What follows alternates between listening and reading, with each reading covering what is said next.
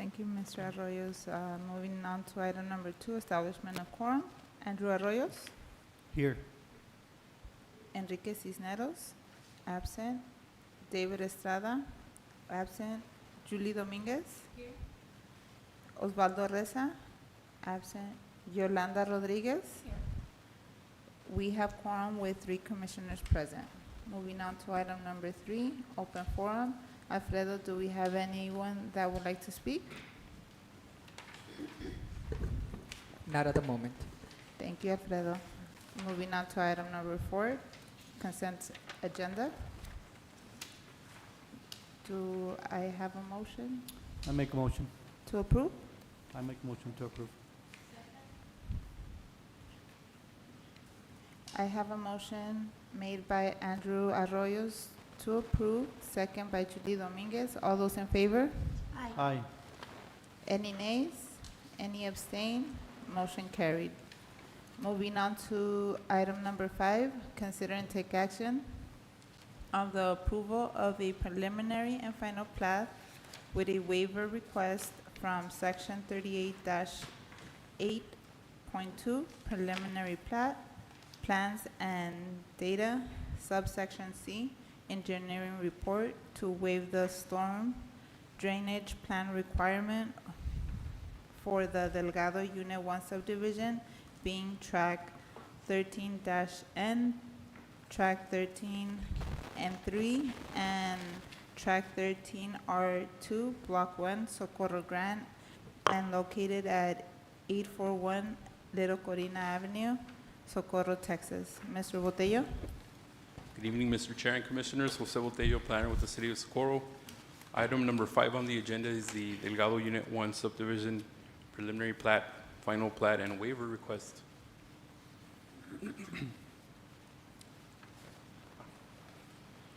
So some general information on this, on these plats and waiver requests. The address for this development is 841 Little Corina Avenue. The property owners are Jose Raul Castellon and Olivia Castellon. The representative is Mr. Victor and Jessica Delgado. The lot size for this property is 3.56 acres. The current zoning on the property is A1, which is agricultural, and the land use is agricultural as well as residential. And so in summary, the request is for approval of the preliminary plat, final plat, and a waiver request for the Delgado Unit 1 subdivision. Staff is recommending approval of the waiver request from section 38-8.2 preliminary plat, plans and data under subsection C, engineering reports, to waive the storm drainage plan requirement. And staff is recommending approval of the preliminary and final plat for the Delgado Unit 1 subdivision with the condition that the engineering review comments are met prior to recording of the final plat. And so on the next slide, you'll see the property situated between Little Corina Avenue and Castlefin. Both are private roads, and it's within close vicinity to the Y303 lateral. The next slide, you'll see the property outlined in yellow. The green is denoting the A1 agricultural zoning district for this property.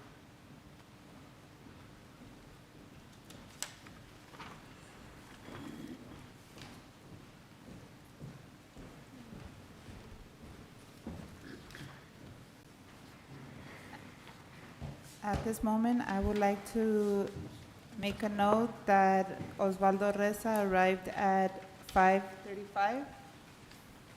Thank you, you. Jose. On the next slide, you'll see the pictures of the property taken from along Little Corina and Castlefin. The picture from on top is from Little Corina. The picture below is from Castlefin Drive. And then followed by an aerial image, the property contained within the yellow line. This is a preliminary plat for the Delgado Unit 1 subdivision, which is to create 3 residential lots from the 3.56 acres, and followed by the final plat. And on the next slide, you'll see the letter that was submitted to the Planning and Zoning Department stating the reasons for requesting the waiver for the stormwater drainage plan. The main reason being that the property does have watering rights, and they intend to use those watering rights to flood the property. A stormwater drainage plan requirement would kind of defeat the purpose of having that water right or the usage for the water rights. And so once again, the request is for approval of the preliminary plat, final plat, and waiver request for the Delgado Unit 1 subdivision. And at this time, staff can answer any questions. We also have Mr. Victor Delgado, representative for this development, present as well to answer any questions. Good deal. Just, part of that waiver is also because they're not making any changes or any major infrastructure changes to that lot or anything, right? No, not necessarily. So the family has decided to split the property so that they can build a house on one of the lots. But the waiver, under the letter, they're requesting to waive the requirement for a stormwater drainage plan so that they can continue watering and using the property for agricultural purposes. And so we've had a similar request before where there was a stormwater drainage plan requirements, but the property owner did intend on using their water rights, and you know, based on the grading, right, the ponding areas are supposed to channel the water, the stormwater to the ponding areas, so that kind of defeats the purpose of having water usage. I don't have any questions. I don't have any questions. Make a motion to approve. I second. Oh, I'm sorry. Make a motion to approve waiving the plans for the storm drainage and with staff recommendations on approval for the preliminary and final plat for Delgado Unit 1 subdivision with condition that the engineering review comments are met prior to recording the final plat. And I second. I have a motion made by Andrew Arroyos to approve with staff recommendations of waiving, waiver request for section 38-8.2 preliminary plans and data engineering report to waive the storm drainage plans requirement and staff recommendation for approval. And second by Yolanda Rodriguez. All those in favor of the motion? Aye. Any nays? Any abstain? Motion carried. Moving on to item number 6, Planning and Zoning Commissioners Report. Commissioners? I don't have anything. I just want to say thank you to the city of Socorro, because we've been seeing a lot of paving on the streets and a lot of sidewalks going in, so it's good to see that progress.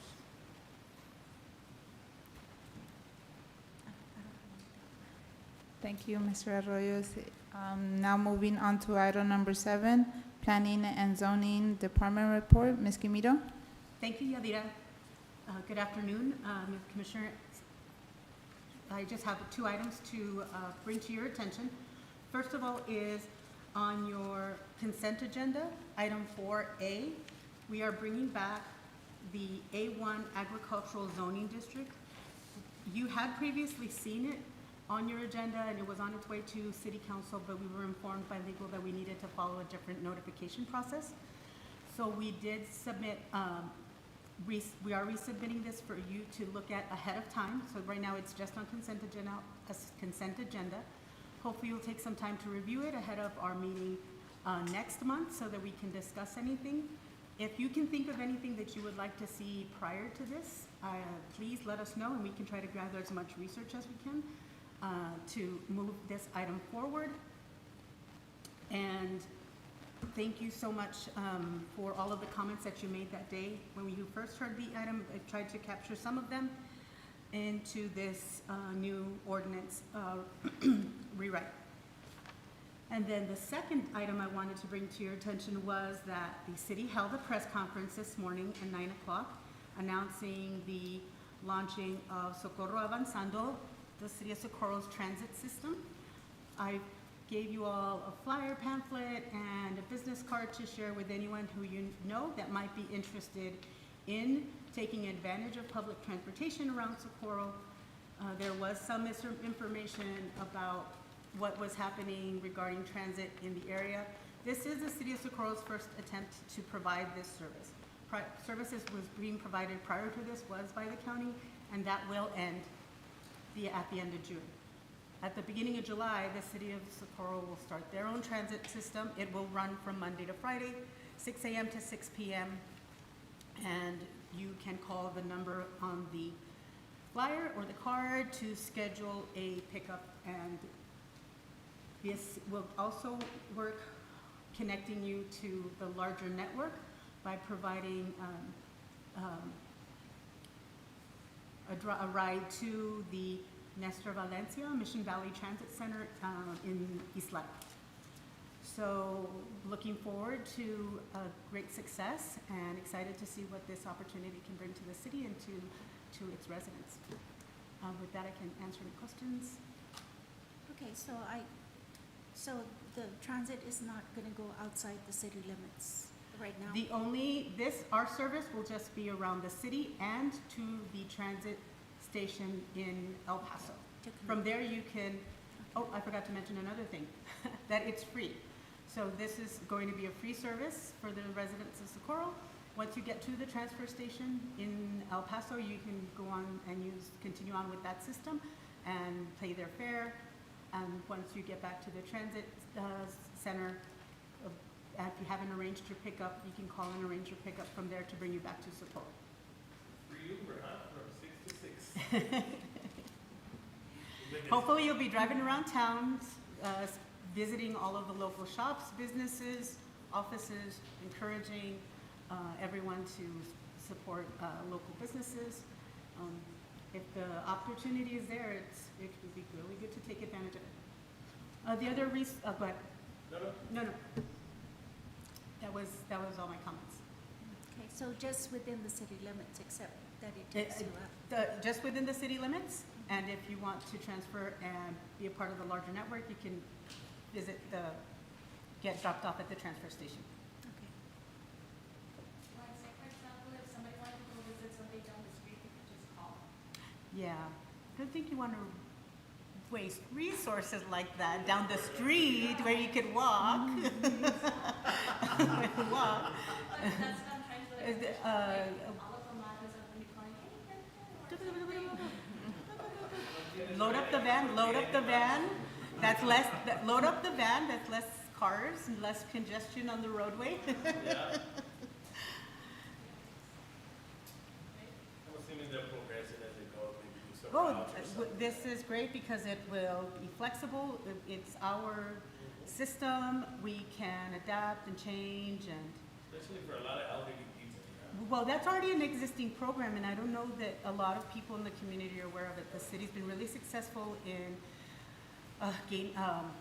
receiving funds from the 5310 program, the vehicles that the recreation center uses to bring the elderly to the recreation center for the senior services is done through that program with those vehicles that were purchased through that program, through the driver that's paid for through that program. So especially persons with disabilities, older folks, people who don't, that program is especially designed for them. The others, two vehicles that we have were purchased through the ARPA funding, which was a federal program that happened, that was a product of COVID and COVID recovery response. So that's two electric vehicles there, and with this to start, and we can only grow from there. I think. But be patient with us. Yeah, just as a comment, I think, just a little disappointed that, because it's only within the city, you cannot catch the bus from El Paso and come into the city of Socorro.